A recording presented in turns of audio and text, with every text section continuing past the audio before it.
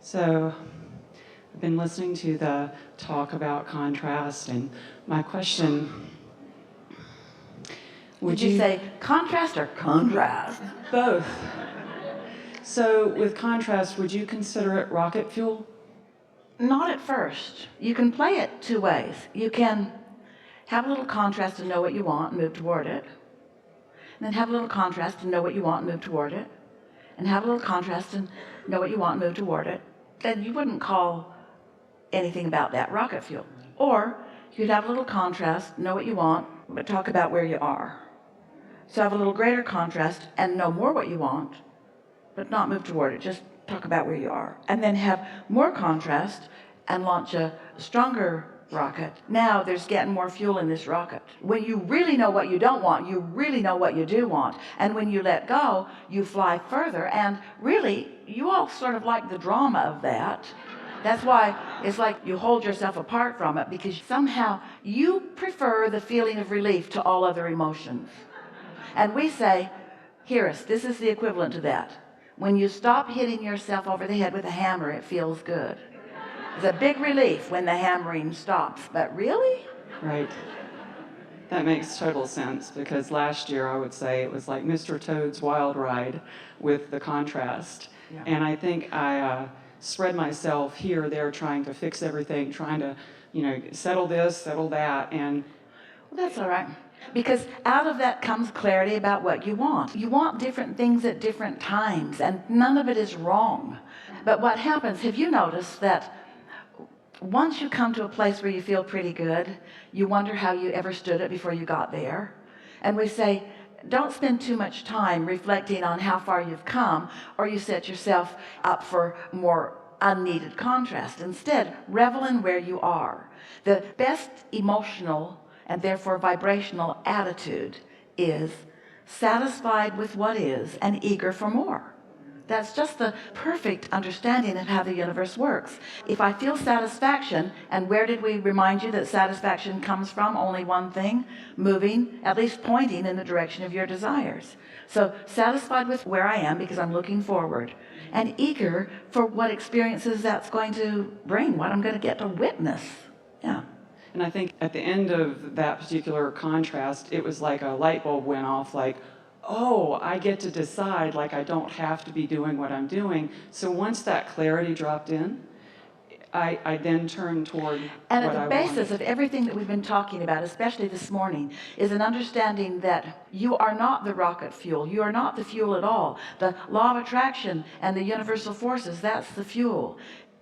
Humans are used to equating the amount of effort that they offer to the amount of results that they get. And it is backwards, because effort is indication of resistance that you believe is there, that you're trying to overcome with your action.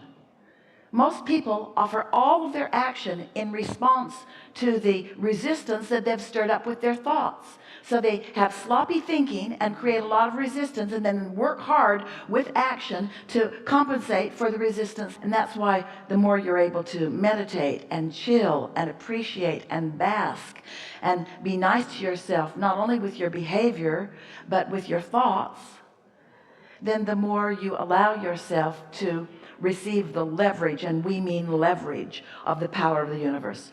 One who is in sync with their inner being and source energy is more powerful than millions who are not. There's just no comparison. But how are you going to know that till you know it? How are you going to want ease until you've been overwhelmed? How are you going to know that? You can't focus yourself into the ease and flow of source energy until you've deprived yourself from it enough to realize that you have felt better and you don't right now, and maybe something different is required from you in order to feel better. But you got to admit how interesting this is. Oh, this is so interesting. Contemplate this just for a moment. So you were born from source energy, and you are an extension of source energy, which means you were born from pure love, and you are pure love. Just rest with that for a moment. And then you were exposed to contrast, which you did on purpose, and you watched others who got here before you did and forgot their extension. And then you felt negative emotion. And then you felt positive emotion. And then you felt negative emotion. And then you felt positive emotion. So the thing that is of such great interest to us is how any of you could ever give up the desire for feeling good. And how you would be willing to replace feeling good with the alternative. The departure from your own guidance system is really what all of our conversations are about. And the return to your guidance system and the return to your deliberate living of life experience. Don't you find it interesting that you are love, you are born as love, is the dominant vibration that is within you, and it feels so terrible when you're not loving. It feels so terrible to be in a moment of criticizing. That just feels awful. You know that it does. And yet you acclimate to that feeling. And in the acclimation to that feeling, then you try to control the circumstances rather than just returning to the love. The point that we want to make, that we really want you to be in a vibrational place of hearing, is that you can return to the feeling of love easily, but you will never be able to control enough circumstances to stop your feeling of opposite of that. To try to control the circumstances so that you'll feel better gets you nowhere. It's so much easier. We've talked about how you've lived enough life to know what you want and what you don't want, and you're very clear about what you want. And so instead of making a proclamation to yourself and to your non-physical counterpart and guiding yourself by paying attention to the way you feel, instead you decide to do it more like other humans do it. And you put out a proclamation, and these days with social media, you can get it out there. So you send out a proclamation to everybody on the planet that says, this is a picture of me, and there's a possibility you might meet me someday, and when you do, these are the things I need from you. Please print this off and keep this picture in your pocket, and every person you meet, say, is it him, is it her, is it him, is it her? It's a lot to ask of the world, but it's sort of what you're doing. And now, here's my list of things that I need. Please modify your behavior to please me, because I was born to be happy. Or you can just not try to control any of them, and you can tune yourself to the frequency of your inner being who is standing in the vibrational reality that you've created, and you can stand with all things wanted raining down around you. Now, why would you not choose that? We're asking a serious question. Why would you not choose that? Well, the answer is often, what would others think? And we say, are you kidding? Those that you needed to control that you can't control, now you're still worried about what they think? You got to give that up. You got to give up trying to cater to the multitudes that have such a variety of trying to control you and need to control you so that they, in their ignorance of who they really are, can feel a little better. We made you feel a little silly about trying to do that, and yet most of the world around you, that's really the game they're playing. They're joining together in groups, and they're putting out their memos about how they want to behave, and they want the world to conform to them. That's never going to happen, because you keep being born as new babes of energy with no intention of conforming. You're not born as regurgitators or conformers. You're born as creators. You're born to appreciate the variety from which you choose that lines you up, a very clear picture of what you want. And then you intended to use your guidance system to know whether you're leaning in that direction, and you can feel by your satisfaction whether you are, or your dissatisfaction whether you're not. It is not complicated unless you try to include all of the other humans on the planet and convince them of the same. If you just do the work that is your work to do, you can accomplish it today while we are all here together, and you can live happily ever after. But if you are concerned about how others are going to view you as you are living happily ever after, because there are plenty of humans out there who are suffering so much that if you're not suffering, they don't like you. You need to suffer. Otherwise, we cannot be friends. You're either with me or you're against me. And if you don't suffer with me, then you don't care about me. And Jesus said, turn the other cheek. Do not focus in the direction of the suffering. Turn in the direction of the well-being. It reminds me of recently I was in Cancun and we were with dolphins and we were told to swim out and 2 dolphins would come behind us and carry us forward. Well, you know, a lot of people went out and real stiff and I went out there and all of a sudden they appeared and whooshed me forward and then they released.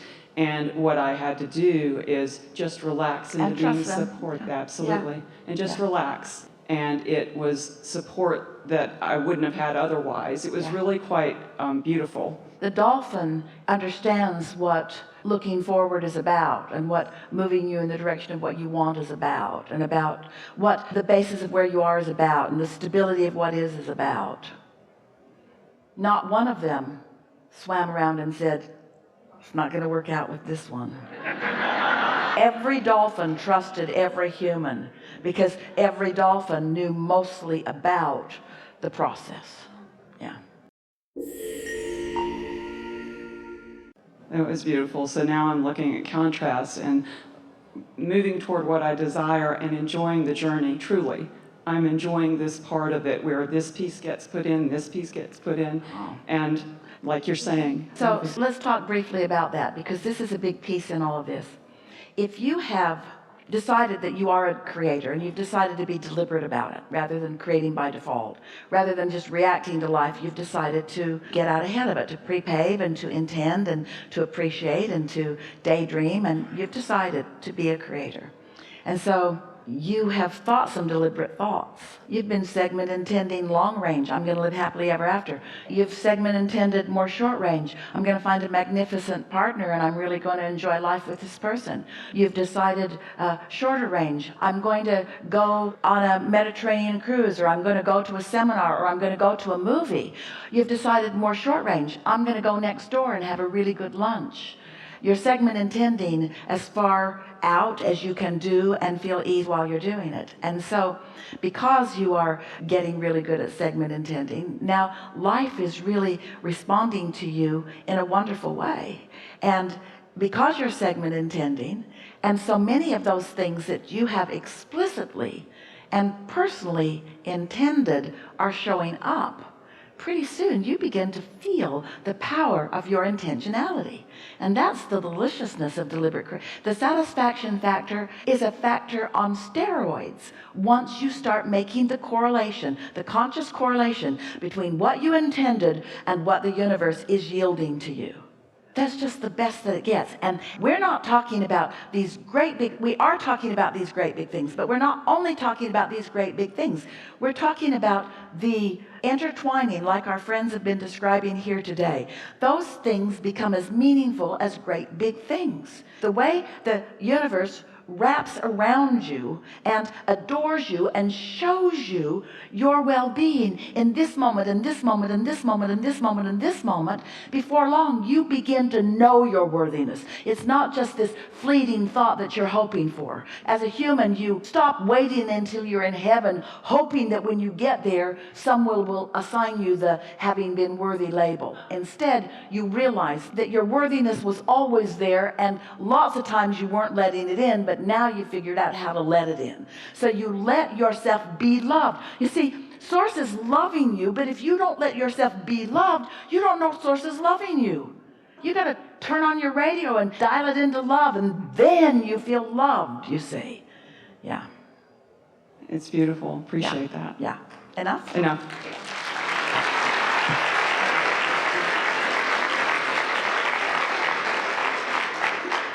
On the aisle right here.